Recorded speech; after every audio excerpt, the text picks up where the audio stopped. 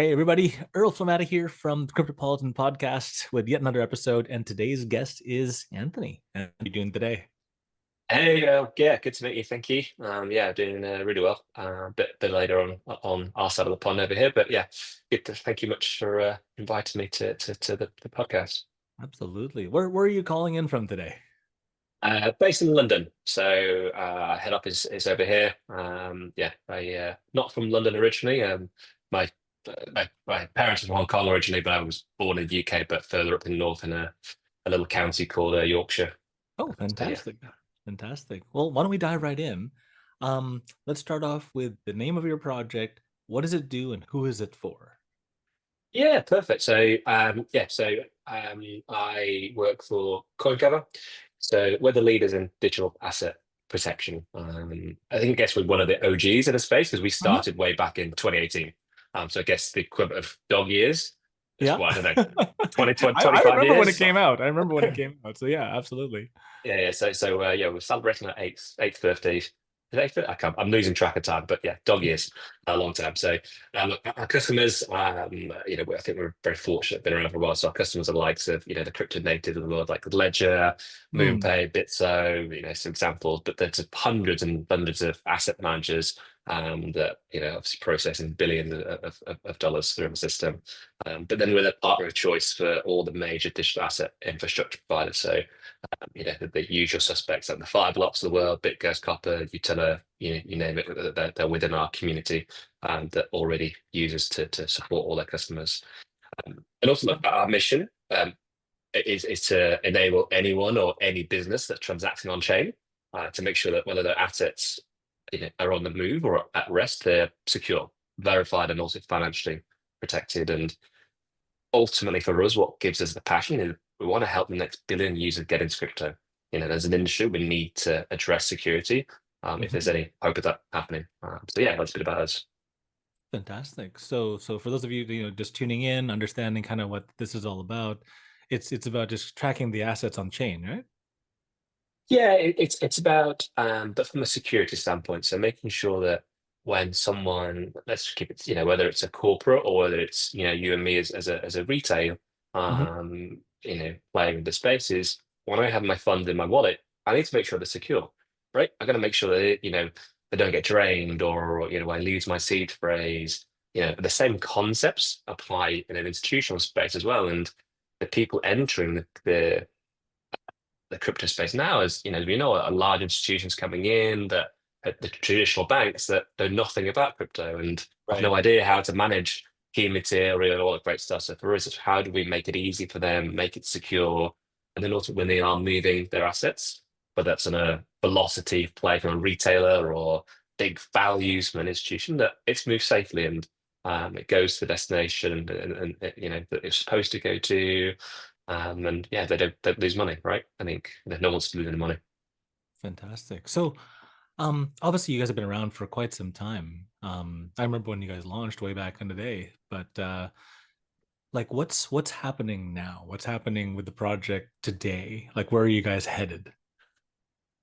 Yeah, so I guess where we're heading is our mission hasn't changed, right? Because ultimately our mission was originally, the core statements and settlers, we're trying to make things more secure and Mhm. safer and make it easier for people to grow in the space. I think what has probably changed since we incepted and as we've evolved is Mhm. we originally started in the space more in looking at corporates. That was really the start point. Original. Yeah, okay. Yeah, but then we got on the journey. It's public knowledge around the likes of Ledger. That's a very retail-faced proposition there, and as people you can see that it says that we're a proud partner of theirs to help them protect their users. So for us, the involvement is now it's not just some corporates that are worried about protecting or it's retailers. We're thinking about no longer is it for me, the OGs of the space were like, oh, what, I don't, I'm going to scribe my seed phrase on some fireproof steel thing that objectively it's great, but like it's just not. is that the future? Like, I think you have to ask Right, ourselves right. that. And for We're us, going backwards, right? We're gonna get my hammer and my chisel, and we're gonna. yeah, yeah, like it's just exactly. It's just not sustainable, right? Let's be realistic about. I'm probably gonna get shot by a lot of people who believe in that, but like for me, is like you've got to find for us, it's developing a technology to make sure that the space we're in remains being decentralized. It keeps the core values, but providing the technology that still aligns to that and doesn't take away from what we all believe that is important about um, you know keeping it decentralized as a whole industry. Alrighty. Well, why don't we talk about just some user stories behind and user case studies behind like the structure of the thing? Like, I mean, like we could use this to track an heirloom. We could use this to track a collector's item. We could use this to track, whatever it is that we're tracking. What are some fun stories you have from like customer use cases where they've used this that we can just talk about here on air? Yeah, okay. I guess it's difficult because in a lot of security we have to Well, keep things no, pretty not close to our chest. But it could be a collector card or it could be an heirloom. You don't have to say what it is, right? yeah, yeah, exactly. So some of the use cases, I think, like, let's keep it quite straightforward. Like the simpler use cases for us here is Mm. that it is around you know, let's just talk about retailers here, right? The retail use case here is that I, let's say Ledger, let's just say example there is, one of the choices you have is, as you said, but you can back up your seed phrase yourself and, whatever mechanism you choose to do that. But for us, the use case here is saying, hey, look, we provide the technology in a non-custodial manner. We can never see the information or move any Mhm. funds. But for us, it's like, how do we can provide the technology alongside Ledger to be able to look, if something goes wrong, all you need to know is we are the break glass function there, and that's the use case there, and that we're seeing huge amount of uptake there, which is great to see. Because ultimately, from the Ledger's perspective, they know like we can't just keep growing through the existing base. We've got to think about the next billion users that are coming in. So that's a really 100%. good use case that we're That, working with, that's and definitely a and good there's use. lots of Yeah. exactly. And look, it's interesting because you're seeing the market change. Like I think the dynamics in the market of that old school view is definitely changing. Where like these recovery tools are really important because you know if I lose my key material, there's hard-earned money there that I would like to get out. So that's an area moving really quickly for us. So I have a random question then. So like in terms of like inheritance as an example, right? So we have the seed phrase, right? Older family member, they pass away, they pass it along, right? And no one knows what the seed phrase is. Would this be a really cool way to be able to help so the family could get access to it and the executor could pass it along to whoever it's supposed to go to next? Yeah, 100% right. This is a huge problem in the space. So I think there's so many of these things that are coming up where people haven't thought about, and this is a really interesting conversation because you have people who are, oh, I don't, I don't want to, I'm very secretive about who I am and all that stuff there. But Hmm. but then you have this part of inheritance, like, oh, but then if in order to make this work, I do have to start giving Yeah. away a lot of my details, right? So yeah, like inheritance is a huge problem. And I think that's an area that we're, of course we're invested in terms of trying to solve. I don't won't give away the secret source of what we're doing in that space, but it's top of our agenda, right? Because of lots of things, but that inheritance piece is something that is important because you know just pragmatically is that I don't want to, what happens with that? So but it's just quite complex because you've got to deal with probate. I don't know if Hmm. that's the same word to use in all countries, but you know, how you handle with lawyers, what the regulation is around that. So there's a lot of complexity around it, but that Hmm. core challenge, yeah, it's definitely something that it needs to be solved, and technology like the stuff that CoinCover have built might be able to help solve that. So yeah, that's the stuff that we're looking at. Cool, cool. Well, I mean that's something that everybody kind of deals with, right? So like I'm trying to find like, case scenarios where like just every man, every Joe could like go look at this and go, yeah, you know what? This is really useful for this particular case. Here's where, here's how, here's why, Yeah, right? And so because exactly. like from that standpoint, or even just moving assets from one point to another, right? Just like you said, doing it securely, super important, Yeah, right? So. exactly. Exactly. And the other things that we're also talking about different use cases, like one of the pieces that we're able to do is um, in the if you compare So let's just say you buy something online today, right? Hmm. If there's a problem, let's just say someone compromises your card and buys, brand new microphone that you Right. didn't order. Mm, there's controls in place from the different card schemes and banks to say, hey, it's okay, Earl, it wasn't you. Here's your money back. Mm. But as we know, in the crypto space, that doesn't exist. There, No. so let's say crypto to crypto, right? Doesn't exist. And a technology like ours can help to try solve some of those problems there because that is a huge problem that when we speak to both users, exchanges, assets, they're all like, well, there's no protection here. Like, how do Mhm. we provide that financial protection, and what are the tools and capabilities? So, for us, that's the area that we're trying to solve there as well. It's a that transaction protection is definitely a huge area to help improve because back on the point of what are we trying to do here is how do we help bring the next billion users into the world of crypto, and you have to provide the tools and technology to provide the same protections that you get in a Web 2 world. There's got to Mhm. come through in the Web 3 world. The only challenge you've got is, Well, that's the thing though. Without those protections, without those maneuvers, without that piece of the puzzle, yeah, right? People are if they're not, born in the Web3 space, they're hesitant. It's weird, it's new, it's different. What the hell is yeah, a seed phrase, right? And yeah, so, that's different. And then without those protections, like in fiat, like if someone spends money on my credit card, they just reverse it and ta-da, yeah, right? So exactly.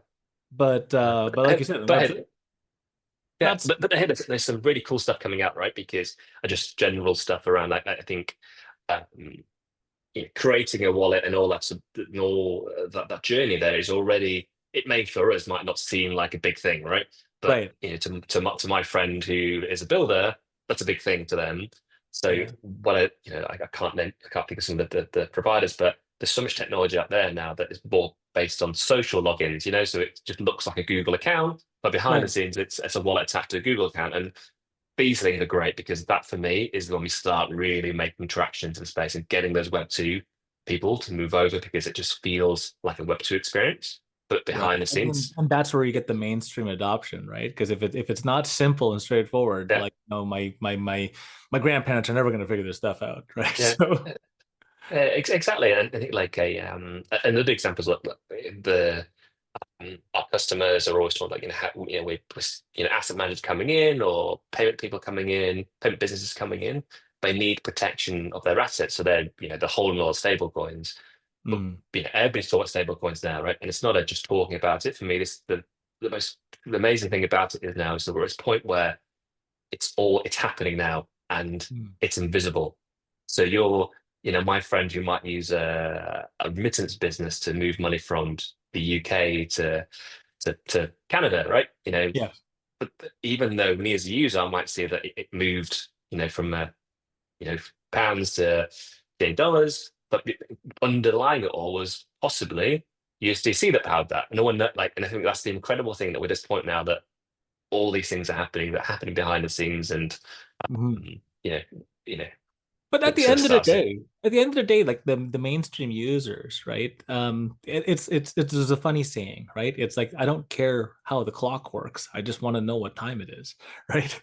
So yeah, from them, I mean, security underlying, of course, they're thinking, well, of course it's supposed to be secure, but they don't realize that someone has to build it, and that someone is you guys, right? yeah, So exactly.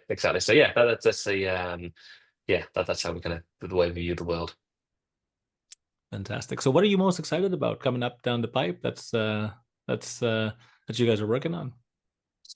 Um, I think there's as I said, there's tons of great stuff we can, I think there's the laundry list of stuff we could work on just versus what we actually that will solve the biggest challenges. We Mm, spend a lot of time speaking to our customers and trying to understand what's important to them. And everybody has different risk appetites. So, some people looking for solutions that are, super automated, but then, you have your risk averse banks who know nothing about crypto and don't like automation because they're used to we call it slow, but it's just process because it's important to those traditional FIs. That's how they operate. So for us, like, holistic protection is critical when we think about that and just sort of recognize that every participant in the market has different distinct set of requirements.